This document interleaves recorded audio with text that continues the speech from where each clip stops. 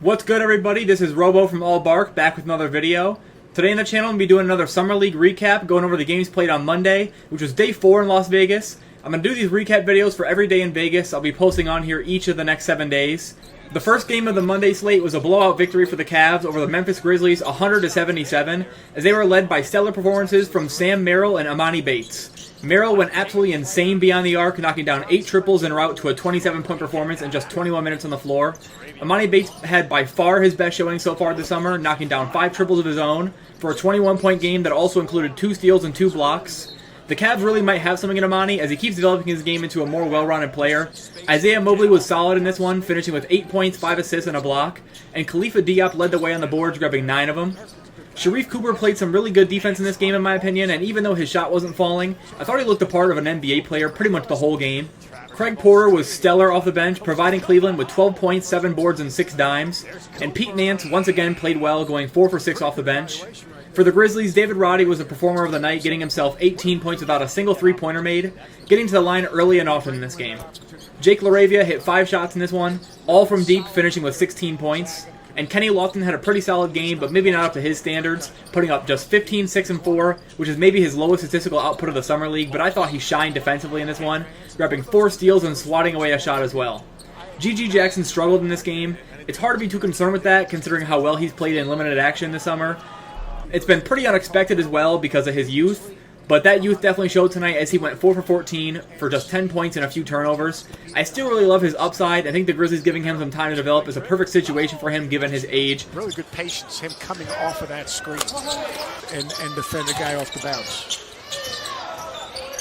LaRavia, here comes Bates. They got a 4-on-2. Far from Emoni Bates. He does have a really good field. Knock that thing down. Really high IQ play for Bates. Merrill with 2 guys on. Just a great story. But I think that shot just kind of sums up what Vegas has become. Everyone's bringing their entire family. Seeing some fight from Memphis. From LaRavia. So the subs come in for Cleveland. Wanting to step up on defense. Emoni Bates, catch and shoot. Oh, you catching down on the catch was so important. Is that place? All my money. Merrill with the nice dish. Bates up and under. Sam Merrill has the record at 8 right now. Next group. Good luck. By the way, is Travers, and he's really good ownership within the league in terms of teams. Ooh, in the pit. Cooper with the fade. Great locker room guy, a great leader, an elite perimeter defender. Obviously, Jared Jackson, he make a pick. And the worst thing you have to do with ESPN when you're an analyst is make a pick. Second half. This is going up. Green with the floater. Gets it to go. The Suns took down the Heat in a low-scoring tight battle in Game 2 on Monday, and the game ended in pretty dramatic fashion as a late alley-oop won the game. The final score was 73-70 Phoenix. The Suns had an efficient night, shooting 50% from the floor, but they could not get anything to fall from deep, going 3 for 19 as a team. Barry Brown was a leading scorer, dropping 14 points and a pair of steals, and second-round rookie Tamani Camara had a decent game on the stat sheet, finishing with 11 points, 3 boards, 3 assists, and a pair of steals. He was a bit sloppy in this one on the offensive end, turning it over 6 times, and Grant Sherfield out of Oklahoma played some solid defense in this one as he swiped away 3 steals from the Heat and dished out 5 assists on the offensive end. Gabe Brown out of Michigan State had a really solid night, putting together an 11-point, 7-rebound, 4-steal performance, getting it done on both ends of the floor. Trey Jamison went a perfect 4 for 4 from the floor, including the game-winning alley-oop with under a minute remaining. For the Miami Heat, Nikola Jovic scored just 3 points and wasn't able to knock down a shot in his 19 minutes played. Jamal Cain was really solid though, scoring 18 points and grabbing a pair of steals for Miami. Orlando Robinson had another good performance, finishing this game with 15 points and 9 boards, although he also caught it up 6 times. Drew Peterson was an efficient shooter in this game, dropping 13 points on a 4 for 7 shooting night. The Heat just weren't able to stay controlled in the offensive end as they ended up turning the ball over 28 times as a team. That's never a recipe to win games, and that's the biggest reason why they lost is won in such close fashion. For 3, Field. Another mid-range shot, Sherfield. And Peterson, he's telling him to clear it out. Mid-range, cash game. Starting to come into his own, 8.7 rebounds. Booyah. Bradley Beal do it. We've seen Devin Booker do more than that. This Miami Heat culture, no quit, never say die. Brown from the mid-range in the... Pouye to Robinson. Saw to the Heat. There's going to be some more guys leaving as well. So Kane has a chance to really... Ball fake, mid-range, block shots. That's and B, easy to see. if not just in the conversation, win defensive. A lot of real estate for the Heat. Kane with the shot clock winding down. Step back. Open look underneath the basket. Sherfield. Oh, stop to Jemison. Pouye drives, kicks out to Peterson. There's that guy. The hot hand is too short. The Dallas Mavericks took on a Philadelphia 76ers in a really good matchup that went down to the wire, and the Mavs pull out the victory 111 to 103. Jaden Hardy was the leading scorer this one as he knocked down 12 free throws in the contest, but he shot a poor 5 of 17 from the field. Hardy had 24 points and 5 assists for the Mavericks and played some encouraging defense in my opinion. Derek Lively was really impactful in this game, ending with 8 points and 11 boards and looked solid defensively in just 23 minutes. Omax Prosper looks like an incredible defender already and a great glue guy wing, as despite his jumper not falling from deep, he finished with 10 points, 7 boards, and both a steal and a block. Mike Miles was better in this game, dropping 10 points and 3 assists off the bench, and McKinley Wright shot 5 for 7 from the floor for 13 points. In the loss, the 76ers were led by DJ Stewart off the bench as he dropped a team-high 24 points. Terquavion Smith is looking to earn a roster spot in the NBA, not just a two-way, as he finished with 18, 6, and 6 after an incredible first-half performance. Filip Petrusev was a force on the defensive end, blocking 4 shots and scoring 12 points on the other end of the floor. And lastly, Ricky Council played alright in this one, finishing with 9 points and 5 boards across 26 minutes of action. Of the afternoon, but not only the loss of Jalen Brunson, but also there's not going to be any hesitation on Terquavion. Took 11 field goal attempts, 7 of those were 3. Dudley could shoot that thing. Throw it up. Lively throws it down. Terquavion, float game on. There's Javonte Smart on the floater. League and assists. This is very He's true. playing with the MVP and top scorer in the NBA. Russ has done that 3-4 times. Bulldog. And the swat from Petrusev. And the takeaway, Max Prosper. On air right now. You want to sing a little bit for us? I already did. All of a sudden. McKinley Wright knocks it. So would that be considered a take foul? Is that what that was? The first challenge? I think that is a rule that should be. Hey, there we go, D. That was somewhat of a floater for Petrusev. Why not just shoot the regular jump shot? And then, of course, NBA Summer League, the G League Winter Showcase, so many things that happen in Los. Brown gets the feed. They had athletes all up and down the board. You look at some, oh, wait a minute. From Smith. He has been aggressive. A game high of 16. Feeds to Bellis in his life. Jelly Walker for 3. Got it. The Sixers adding some separation here to end the third. DJ Stewart tees it up. Getting involved in the action, and there's a lot of quality shooting on the floor right now for the Sixers. In the paint, he has struggled tonight. Ricky Council goes the other. Too many minutes to start, but we're seeing already more minutes for them here. A teardrop? Teardrop will work, but Teardrop has a little more with three-point range, which, of course, the modern-day center has to have. What a finish. Team shooting for Jaden Hardy. Javonte Smart on the... And for the record, he's from Michigan. Not a fan of floaters, but that floating is good. To 23 for the game. More extra feed. Jelly Walker for 3. Bound for Dallas. Here comes Jelly. Tajay Moore up top, lays it in. Morphing it really into a 2-3. Hardy swatted by Petrusev and Lively. Under 10 to shoot for Dallas. On the drive, Prosper picks it up and scores. The fourth game of the night was a blowout from the start as the Pacers took a big first half lead and didn't look back, taking the game with a final score of 108 to 85. Andrew Nembhard was the player of the game in this one, dropping 21 and 7 and swiping 3 steals in a game he controlled from start to finish. Benedict Mathurin struggled from the field, but put up a respectable 17 points and dished out 6 assists surprisingly as well. If he can become more of a connector this season and not just a tunnel vision type of scorer, it opens up a lot more possibilities for his game. Jarris Walker looked really good in this game despite somewhat of an inefficient shooting performance as he finished with 16 points, 4 boards, and 4 assists, and defensively he was locked in and picked up a steal and a block as well. The playmaking upside he provides, combined with his defensive presence, is something Pacers fans should really be excited about. Isaiah Jackson dropped in a double-double with 13 and 11, and Ben Shepherd caught fire, knocking down 4 threes en route to a 16.9 rebound night. I thought Oscar Shebwe looked really solid off the bench, providing the Pacers with 7 points and 8 boards in just 12 minutes of action. For the Magic, though, it was a rough shooting performance, going 6 for 32 from deep as a team.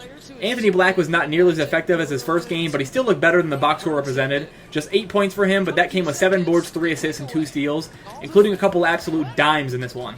Fellow rookie Jet Howard went 4 for 9 from the floor, finishing with 10 points and 5 assists. Caleb Houston dropped a team-high 18 points thanks to his ability to get to the line throughout the game.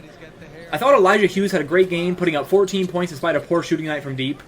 Lastly for Orlando, DJ Wilson probably won't be rostered by the Magic, but he was an excellent player in this one, recording 5 blocks and 8 boards, 4 of those on the offensive glass. He ended the game with 10 points and 4 assists as well.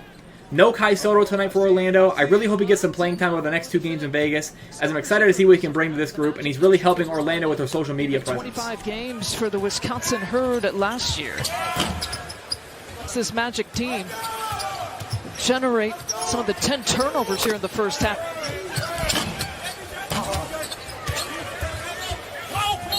Houston with the basketball, because obviously that's one of his strengths. He's a pretty tall guy out there.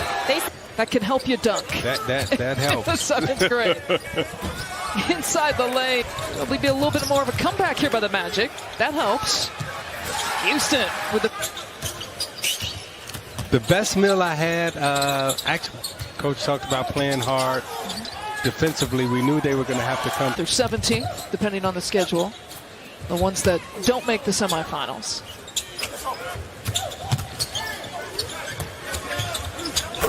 Howard.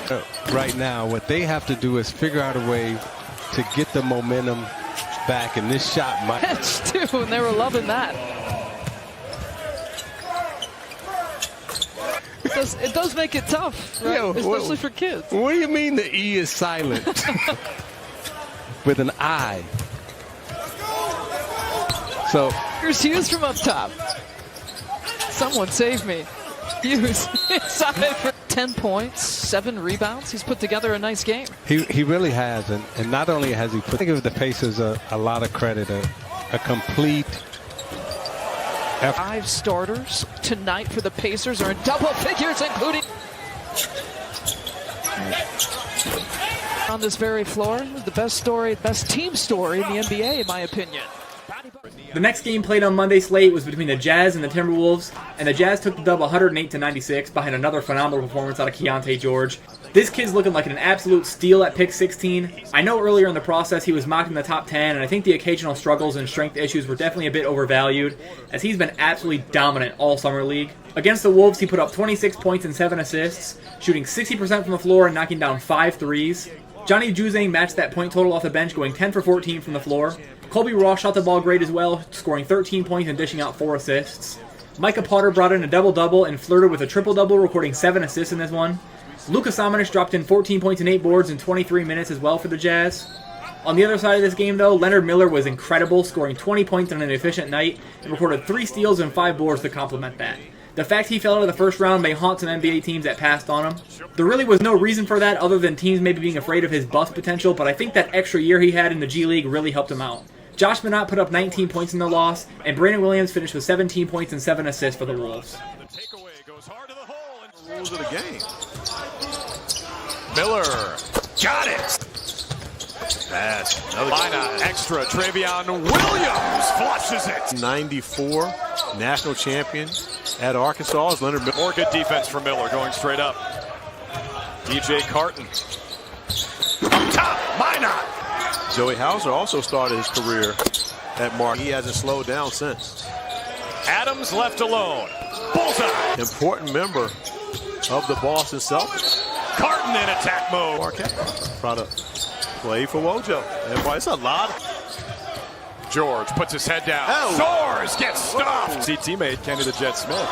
Juzang got it. Well, and also the actual Jet, Jason E. Terry. That's defense contracts and then find one of the shooters on the outside. Nice look, Williams. I think it's interesting hypothetical. Keontae George. Potter leads George, and he finishes. George to pair with 6 assists. Colby Ross challenging Miller. Dallas completed a 15-point comeback in the 4th quarter to beat Philly. Baron Hunt. 3-on-1. Williams up top. Hunt posterized his teammate. All scored by 44 for Ron Hunt. The other 44. 1-2 in Salt Lake City at home.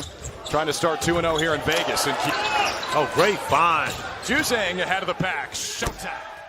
In Monday's final game, the Los Angeles Clippers took down the Sacramento Kings 80-70 in another low-scoring game with a ton of misses. The Clippers got 18.6 assists, 4 steals, and 2 blocks out of Xavier Moon, and rookie first-round pick Kobe Brown had 12 points, 8 boards, and 3 stocks in the night. Jordan Bowden dropped in an impressive 18 bench points in just 16 minutes, helping lead the Clippers to the win. Not much went well for Moussa Diabate offensively, but he played some solid basketball at times, recording 9 boards, 4 assists, and 3 stocks. In the loss, Colby Jones looked excellent, going for 19 points, 9 boards, and 4 stocks.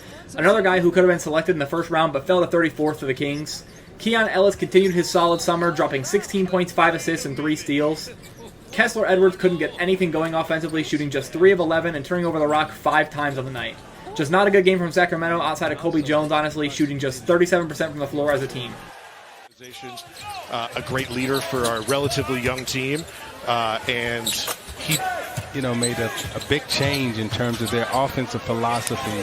bringing want to play fast. I think the two things that made that at the highest level in the playoffs, and Vivek, everything that he does there, and you do appreciate his time. Here's Bowden again from the wing. To Morgan, and before you know it, it's like, well, we should bring him over too and take a look. And the faith that he's had in the community, and some owners. 5 seconds here to shoot. Brown's been part of the story in the first half. And the jump ball goes to Sacramento. Ellis leaking out. Go the other way. That foul to Kobe Brown. They find the wing shot there.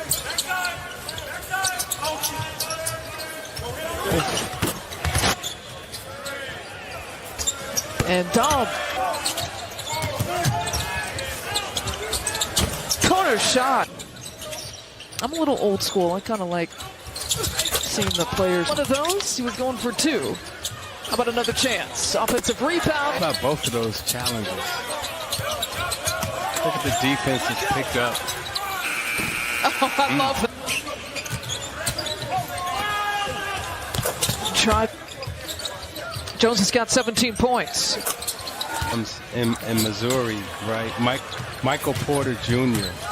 Oh, wow! Mine a little bit, but when you get it to 8, you feel like you got a real. I love the first thing he talked about was, the parenting. Right? Get a good person, they can get a good player. Ooh, tips it out. Jordan Ford leading the break. Touch pass over to Ellis in the corner.